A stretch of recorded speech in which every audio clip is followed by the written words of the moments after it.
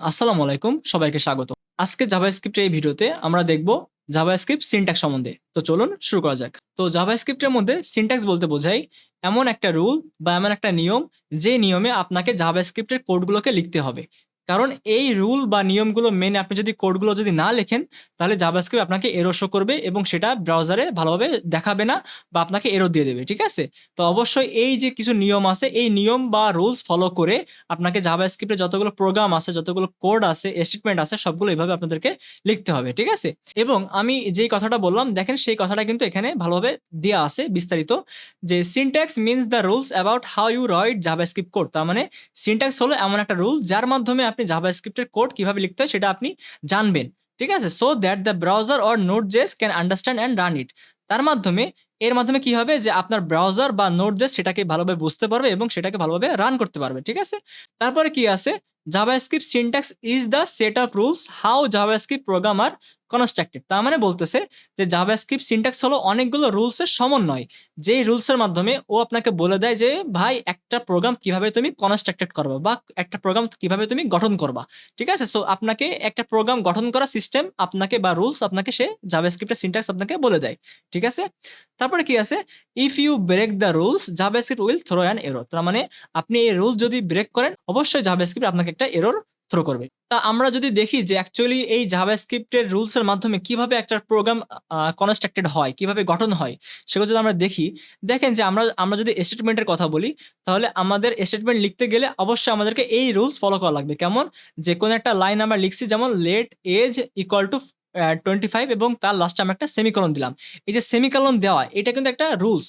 ঠিক আছে? সো এই রুলসটা ফলো করে যখন আমরা এটাকে আমরা কমপ্লিট করব, তখনই এটাকে কিন্তু বলা হবে অ্যাকচুয়ালি একটা স্টেটমেন্ট। ঠিক আছে? এবং এটা একটা জাভাস্ক্রিপ্টের সিনট্যাক্স রুল।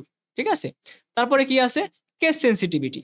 আমরা এই যে দুটো ভেরিয়েবল ডিক্লেয়ার করছি এখানে, যে লেট মাই নেম, আবার দিছি লেট মাই নেম, কিন্তু দেখেন এখানে একটা কি দেওয়া আছে, এখানে কিন্তু এম ওয়াই ছোট হাতের আর এনটা বড় হাতের, আর নিচে এমটাও বড় হাতের, এনটাও বড় হাতের। তাই বলতেছে যে এখানে এই দুইটা নাম জাস্ট শুধু এই এর যেই কেস আছে, ভিতরে যে লেটার আছে, এগুলো ছোট বড় হওয়ার কারণে এই দুইটা কিন্তু দুইটা ভেরিয়েবল ডিক্লেয়ার হয়ে গেছে। ঠিক আছে? তো এই যে একটা রুলস, এই যে কেস সেনসিটিভিটির যে একটা রুলস আছে, এটা কিন্তু একটা জাভাস্ক্রিপ্টের সিনট্যাক্স। ঠিক আছে? তারপরে কি আছে, আপনি যদি একটা কন্ডিশন নিতে চান, তাহলে এই যে কন্ডিশন নিতে গেলে অবশ্যই আপনাকে এই রুলস ফলো করে একটা কন্ডিশন আপনাকে লিখা লাগবে বা মাল্টিপল স্টেটমেন্ট লিখা লাগবে। কেমন? আপনি এখানে ইফ দিবেন, ইফ দেওয়ার পর এখানে একটা প্যারেনথেসিস দিবেন, তারপরে কার্লি ব্রেসেস দিয়ে তারপর আপনি এখানে এখানে আপনি কনসোল করতেছেন। ঠিক আছে? তো এইভাবে আপনি কিন্তু একটা কন্ডিশন এইভাবে কনস্ট্রাক্ট করতেছেন বা গঠন করতেছেন, এবং আপনি এখানে মাল্টিপল স্টেটমেন্ট ইউজ করতে পারবেন এই কার্লি ব্রেসেসের মধ্যে। ওকে? সো এটা একটা রুলস আরকি। তারপরে কি আছে, যে ভেরিয়েবল ডিক্লেয়ার করার কিছু রুলস আছে, যেমন ভেরিয়েবল ডিক্লেয়ার করার জন্য আমরা লেট ইউজ করে থাকি, আমরা কনস্ট ইউজ করে থাকি, আবার আমরা var ইউজ করে থাকি। ঠিক আছে? তারপরে কমেন্ট করার জন্য আমাদেরকে বিভিন্ন রুলস আছে, যেমন সিঙ্গেল লাইন কমেন্ট করার জন্য আমরা ডাবল স্ল্যাশ ইউজ করতে পারি। তারপরে মাল্টি লাইন কমেন্ট করার জন্য আমরা এভাবে মাল্টি লাইন কমেন্ট করতে পারি। তো এই যে যতগুলো সিস্টেম দেওয়া আছে, এই সিস্টেমগুলো হলো সবগুলো হচ্ছে আপনার জাভাস্ক্রিপ্টের সিনট্যাক্স। ঠিক আছে? তো আপনি যত সামনে আরো আগাবেন এবং যত আরো জাভাস্ক্রিপ্টের বিভিন্ন স্টেপ বাই স্টেপ কাজ শিখবেন, তখন আপনারা অটোমেটিক্যালি বুঝতে পারবেন যে এই সিনট্যাক্স গুলো কিভাবে কি কাজ করতেছে। সো এখানে একটা ফাংশনের সিনট্যাক্স দেওয়া আছে, যে ফাংশন ডিক্লেয়ার করতে গেলে এইভাবে আপনাকে ডিক্লেয়ার করতে হবে। ঠিক আছে? তারপরে এইভাবে অপারেটর কাজ করে। তো এইভাবে এই সবগুলো, যে কোন প্রোগ্রামটা বা কোন লাইনটা বা জাভাস্ক্রিপ্টের কোডগুলা কিভাবে আপনার হচ্ছে হলো কনস্ট্রাক্ট হবে বা গঠন করা হবে, এই যে সিস্টেমগুলো করার জন্য একটা রুলস বা নিয়ম আছে, এই নিয়মগুলো হলো আমাদের জাভাস্ক্রিপ্টের সিনট্যাক্স। ওকে? তাহলে সর্বশেষে আমরা কি বলতে পারি, যে JavaScript syntax equal to rules of writing code properly. তার মানে জাভাস্ক্রিপ্ট সিনট্যাক্স হলো যে আপনি কোড লিখবেন, কিন্তু সেটা অবশ্যই নিয়ম ফলো করে লিখবেন। তো এটাই হলো জাভাস্ক্রিপ্টের সিনট্যাক্স। ঠিক আছে? এবং আপনি যদি কোড যদি ওই সিনট্যাক্স নিয়ম যদি ফলো করে লেখেন, তাহলে আপনার অবশ্যই আপনার কোডটা রান করবে।